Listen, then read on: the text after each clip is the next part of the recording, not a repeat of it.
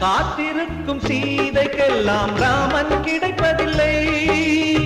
ராவணனுக்கு சீதை என்று பிரம்மன் எழுதவில்லை. புதிய பாதை போட்டுக் கொள்ள எவரும் மறுப்பதில்லை.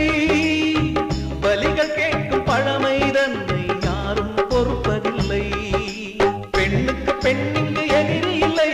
பெண்மையை காட்டிலும் தெய்வமில்லை. அத்தை கண்களில் அன்னை தோன்றினாள். தோன்றினள் மாகாளி, அவள் பரிசிந்த பொன்தாலி. இது காதலின் சங்கீதம், புது குங்கும சந்தோஷம். மாற்றும் மாலையும் ஏற்றும் தீபமும் மங்கள பண்பா.